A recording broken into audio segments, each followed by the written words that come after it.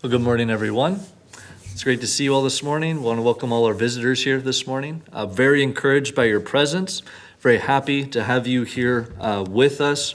And we ask that if you have any questions, if there's anything we can do for you, please talk to us, and we'll be able to do our best to help you as we can. Our lesson for this morning will come from Proverbs Chapter 8. Proverbs Chapter 8. We'll read verses 1 through 11 and then verses 32 through 36.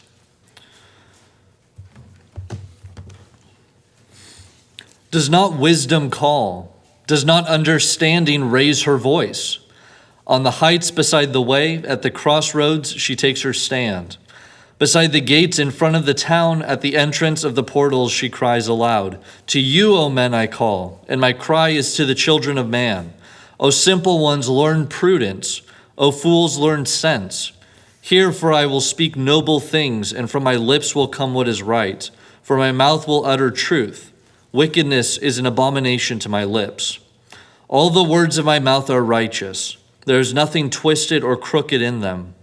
They are all straight to him who understands, and right to those who find knowledge. Take my instruction instead of silver, and knowledge rather than choice gold. For wisdom is better than jewels, and all that you may desire cannot compare with her. And then starting in verse 32. And now, O sons, listen to me. Blessed are those who keep my ways. Hear instruction and be wise, and do not neglect it. Blessed is the one who listens to me, watching daily at my gates, waiting beside my doors. For whoever finds me finds life and obtains favor from the Lord. But he who fails to find me injures himself. All who hate me love death. Our Lord created us to be creatures who must make decisions. Often the decisions we make have to be very important decisions. And this is a part of our humanity. This is a part of how God has made us and who God desires us to be, are to be people who make decisions, who consider things carefully and then make a decision. And the truth is that we face real consequences for our decisions. And sometimes God allows us to experience those consequences because that's a part of who he made us to be, people who make decisions and then experience both positive and negative consequences for the decisions we must make. And here this morning, we read about this decision that is put before us to choose between wisdom and foolishness. And this is actually going to be the first in a series of lessons that I've started to put together because this isn't just about choosing wisdom and foolishness. In fact, all throughout the biblical history, we find that humanity is faced with a very important decision, and that is choosing life or choosing death. In fact, the summary of Proverbs Chapter 8, where this personification of wisdom as this woman calling out in the streets, we read that she says in verses 35 and 36, "For whoever finds me loves life. Whoever finds me finds life and obtains favor from the Lord. But he who fails to find me injures himself, and all who hate me love death." And those two verses really form the foundation of this sermon I'm bringing for you this morning, that there is this choice we must make. And as I said, this is actually a choice that humanity has been faced throughout the biblical history. Adam and Eve were faced with the choice of life or death, either to choose God or to face the consequences that God set up, which is that in the day they ate of the fruit, they would surely die. Noah and his family faced the choice of life or of death. Sodom and Gomorrah faced the choice of life or of death. And in Christ, we must face this same choice as well. This is a choice that faces every generation. Which will we choose? Will we choose life or will we choose death? And here in Proverbs, this is set up as a choice between wisdom and foolishness. Which will we choose? Because wisdom cries out in the streets to us. Wisdom calls to us. Wisdom makes herself known. And she's not hidden from anyone. But we must make the choice. And so I like to start looking at this proverb and digging into it a little deeper, especially in the context of Proverbs, because this is really the context of Proverbs, of choosing wisdom or choosing foolishness. The Jewish wisdom writings, the Jews were very interested in wisdom. What is wisdom? How do we understand wisdom? As opposed to the Greeks, very interested in logic and reasoning. But in the Jews, you see this strong interest. What is wisdom? What benefits does it give me? How do I understand it and make sense of it? And this is the exhortation of the book of Proverbs, to choose wisdom. To really choose wisdom instead of foolishness, that there are these great blessings we read about for choosing wisdom. We read in chapter 8, for example, verses 10 and 11. Take my instruction instead of silver, and knowledge rather than choice gold, for wisdom is better than jewels, and all that you may desire cannot compare with her. So in Proverbs, we have this exhortation to choose wisdom, because wisdom comes with these great blessings. But there are also warnings in Proverbs against choosing foolishness. That there are marks of the fool, as is generally categorized. The fool has anger in his heart, we read. And we read here, especially in verse 36, the fool is someone who loves death. Someone who rejects wisdom, but instead loves death. And so I want us to understand that choosing wisdom, though, is deeper than just being smart and making good choices. That's not all that's going on here in Proverbs. This is a much more fundamental choice, and it's much more basic than merely being smart and making good decisions. It's ultimately about choosing God and understanding that wisdom ultimately comes from God. In fact, we read in we didn't read it, but in chapter 8, there is this discussion of how wisdom has been around from all eternity. So we read like in verse 25, before the mountains had been shaped, before the hills I was brought forth, right? Before he made the earth with its fields, or the first of the dust of the world. And wisdom goes on to describe her pre-existence, you might say, from all eternity. And so wisdom, therefore, is not just about being smart and making good decisions. It's fundamentally about choosing God. Because in God is wisdom, and wisdom comes from God. Now, when we look in Proverbs chapter 8, especially as I said, verses 35 and 36, which kind of form the foundation of this sermon, we find something very important, which is that all people have a relationship to wisdom. And I want you to see, I think there are actually three different positions here. That in verse 35 you have, whoever finds me finds life and obtains favor from the Lord. That's the person who has chosen wisdom. But then you have, but he who fails to find me injures himself. This is someone who maybe is more ignorant of wisdom. And then all who hate me love death, which is to say someone who has openly rejected wisdom. And so I think verse 36 actually gives us two different positions. And what's interesting about this, which is what I'm trying to say, that everyone has a relationship to wisdom. You've either found it or you haven't. And if you haven't found it, you're either ignorant of it or you're not. And for those who have found wisdom, they find life. They obtain favor from the Lord.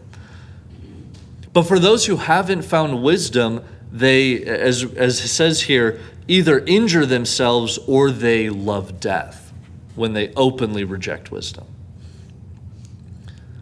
And this is really how relationships work. And this is what I mean when I say everyone has a relationship to wisdom. There is no middle ground in relationships. We are either in a relationship or we are not in a relationship. Now, the being not in a relationship can maybe have some distinctions, like someone who's ignorant of the relationship versus someone who openly rejects it. But what you have here is really this understanding that in relationships, there is no middle ground. People are either in a relationship or they are not. And this is true about our relationship with wisdom. And this is what I mean when I say everyone has a relationship to wisdom. And when we understand this in the context of God, that all wisdom comes from God, therefore, everyone is either in a relationship with God or not in a relationship with God. We are either choosing life or we are choosing death. We may be choosing death ignorantly, but we are choosing death nonetheless by not choosing God. Or we may have as our foundation death itself, this idea of hating wisdom and instead loving death. And this is a choice, though, I want to point out, it's not that God abandons us to this choice. In fact, when you read Proverbs 8, you see that God himself helps us to make the choice. And so you have, like in verse 1, does not wisdom call? Does not understanding raise her voice? On the heights beside the way, at the crossroads she takes her stand, beside the gates in front of the town, at the entrance of the portals, she cries aloud, and he goes on to describe what she cries, which is as we read. But you see this wisdom being everywhere very loudly, like calling out to people. And not just calling out to people, but being in multiple places at once, right? On the heights beside the way, at the crossroads, beside the gate, at the entrance, she's everywhere. Because God himself wants us to decide him, to choose him, and to choose life. And so God helps us to make this decision. So when I speak about choices, and I speak about choosing life versus choosing death, it's not as simple as God abandons us to make this decision and he's just waiting for us to make the wrong one. It's instead God is crying out to us to choose him. God is helping us to see him for who he is, because God wants us to choose him. But ultimately, choosing wisdom over foolishness is about choosing life over death. And that's what I really want to impress this morning. This morning, we're looking at Proverbs 8, but partly as this kind of introduction to a series of lessons I'd like to do on this decision we all must make. Which do we choose? Do we choose life or do we choose death? Do we choose God or do we reject God? Because there's no middle ground in relationships. There may be being ignorant of the relationship, but there's no middle ground of being somewhere between a relationship and not a relationship. Now, I'd like to speak a little more just now on verse 36, this phrase, all who hate me love death. It's a striking phrase, to say the least. That all who hate wisdom are lovers of death. It's a very bold phrase. And here where we are meant, I think, to see the essence of foolishness. The essence of foolishness is to love death and to love harm and to love really what death is and how death is defined. But I want to be clear, this idea of hatred in the Old Testament is not just this kind of emotional anger towards something. Hatred fundamentally in the Old Testament is the idea of rejection. This is why God will say, I loved Jacob, but I hated Esau. It's not that God hates someone, it's that there's this, he chose Jacob and he rejected Esau because Esau sold his birthright. And so here when we have this love of death and this hatred of wisdom, it's really about fundamentally rejecting wisdom and saying, I want nothing to do with that. I don't want to listen to it. I don't care what it is. Which is to say, I don't care who God is, because all wisdom comes from God. And to reject God is to reject life itself. And so in order to reject God and to reject wisdom, we find ourselves in this kind of mental cul-de-sac of loving death, because that must be what we love. And I want to take a moment and understand death and really define it, because death needs to be rightly understood. That death is in part separation. And that's what sin is. Sin separates us from God. This is why sin and death are so synonymous and, in fact, interchangeable in many respects. That death is about separation. It's about when I die, I'm separated from you and from this world. And when I die, my soul is separated from my body. When I die, there is separation that occurs. And this is why in sin there is a separation between people and God. We might say that people who have rejected God are in many ways the walking dead. Right? They're dead, they just don't know it yet. They're separated from God. They're separated from life itself. So in one respect, when we define death, we need to understand it as separation, but we also need to understand it as absence. It's the absence of life. So death isn't like a positive, real thing. It's the lack of something. It's the absence of life. And with these definitions in mind, then, when we start to consider what the love of death is, I think we can actually start to nail it down a little more. Because the truth is, our culture loves death. Our culture is just fascinated with death and loves it very much.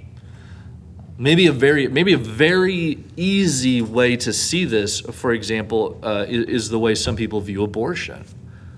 Some people just herald it and think it's right. And that to me, that strikes me as being very much a lover of death. But when we get into more of the nuances of death being the absence of life and the separation from life ultimately being the absence and separation from God, I would also say our culture loves death in that sense too. In fact, we see it in movies, in TV shows, in video games. You see this absence of God. In fact, it would be striking if in the next Hollywood blockbuster, God was one of the main characters. Right? Isn't that odd that in our fantasies, we fantasize of a world without God? That's odd to me. And I think it really speaks to the fact that we love death. We love the absence of God. We desire the absence of God. And so to reject wisdom is to be someone who loves death. And this isn't just our culture's problem. This is a historical problem in humanity, that we constantly choose death over life. We constantly reject God in favor of something else. We constantly prefer the absence of God rather than the presence of God. And this is the choice that we must make, every generation must make, every individual in every generation must make. Which will I choose? Will I choose life or will I choose death? And this is as I said, this is the choice that has faced people all through the Old Testament. Which will they choose? Which do we see with Noah and his family versus everyone else? Which do we see in Abraham or in Moses versus everyone else? Which do we see, the choice of life or the choice of death? This is exactly what Peter is saying in Acts chapter 3 when he speaks to the people and he says, you chose a murderer in favor of Jesus, who he calls the author of life. In rejecting Jesus, we chose death over life. And this is one of our fundamental problems. We love death. We prefer the absence of God. And this is a choice we must make. Which will we choose? And so I wanted to take a moment and really look into what does it mean to love death. And now I want to turn to what does it mean instead to love life, to choose life. Because wisdom throughout Proverbs, and especially here, this is one of the reasons why I like this chapter and I read it, is that wisdom is always in relation to God. It's always about life, the author of life, where life comes from. It's always about God. Wisdom is fundamentally about God. And so wisdom cries out to us. Wisdom utters truth without error, as we read it, verses 6 and 7. Hear, for I will speak noble things, and from my lips will come what is right. For my mouth will utter truth. Wickedness is an abomination to my lips. You have this truth unmixed with error, very much in line with who God is and how wisdom comes from God. And we are to be people who choose life over death. God helps us make this decision, but he doesn't make the decision for us. But as we look in Proverbs chapter 8, I think I want to pull out some very practical aspects of how to choose life over death. Things we learn here in Proverbs, because Proverbs is in many ways a very practical book, trying to get people to choose life and how to do that. And so you have, for example, verses 10 and 11, where we read, take my instruction instead of silver and knowledge rather than choice gold, for wisdom is better than jewels, and all that you may desire cannot compare with her. So when we consider how to choose life over death, I would say one of the things we must do is to value wisdom and truth over the things of this world. This is one of our problems, again, as human beings, is our value system is all out of order. And we value the wrong things higher than they ought to be valued. But to be someone who values truth and wisdom above even the riches of this world, to see the knowledge of God as not just figuratively, but truly more valuable than money. That's a good place to start choosing life over death. To understand the value of wisdom. To value this over the things of this world. I also want to read verses 8 and 9, Proverbs chapter 8, where the personification of wisdom says, all the words of my mouth are righteous. There's nothing twisted or crooked in them. They are all straight to him who understands and right to those who find knowledge. In order to be someone who chooses life after death, I want to rephrase it like this, that we need to be prepared to hear the truth.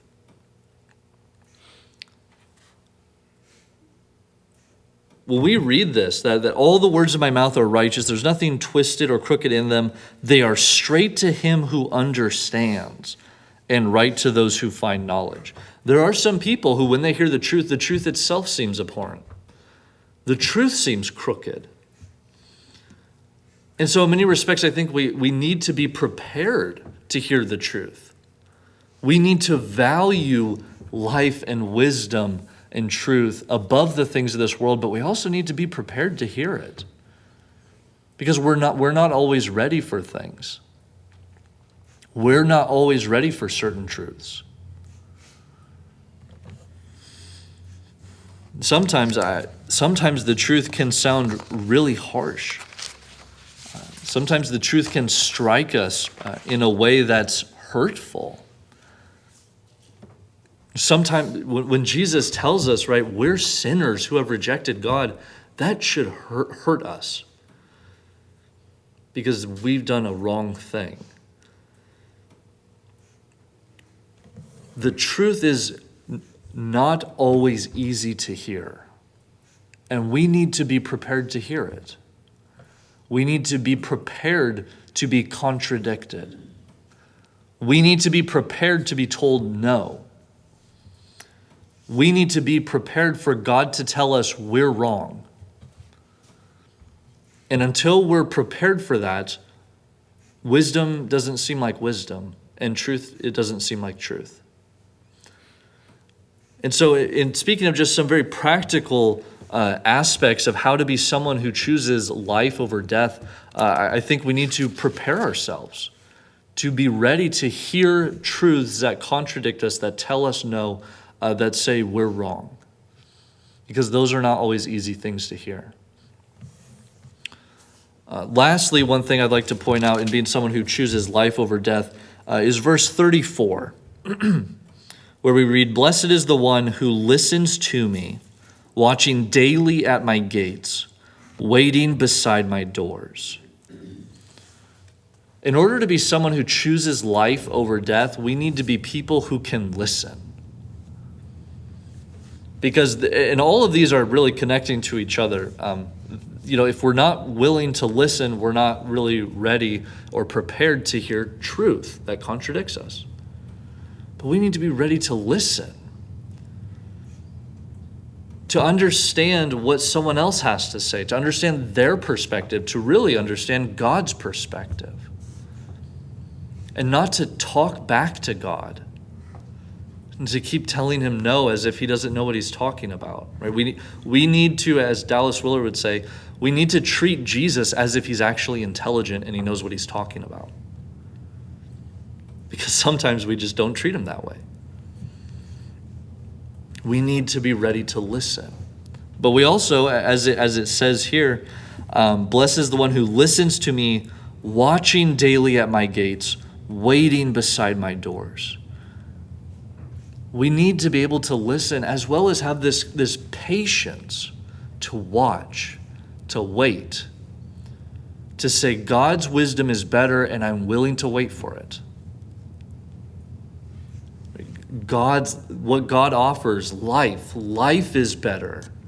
And I'm not going to let my impatience get in the way of that. Because God makes these things known to us. God wants us to be saved. God, wisdom cries out in the streets. She wants all people to come and listen. And sometimes we want God to work on our schedule when, God is outside of time. He has his own schedule.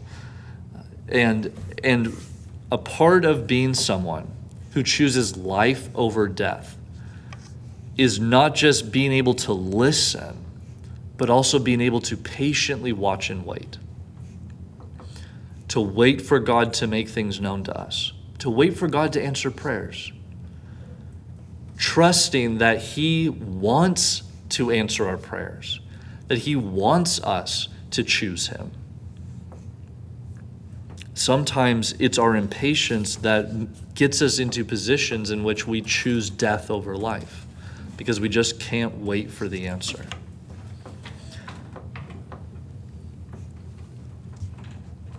This is a problem that all human beings must face, every one of us, no matter who we are.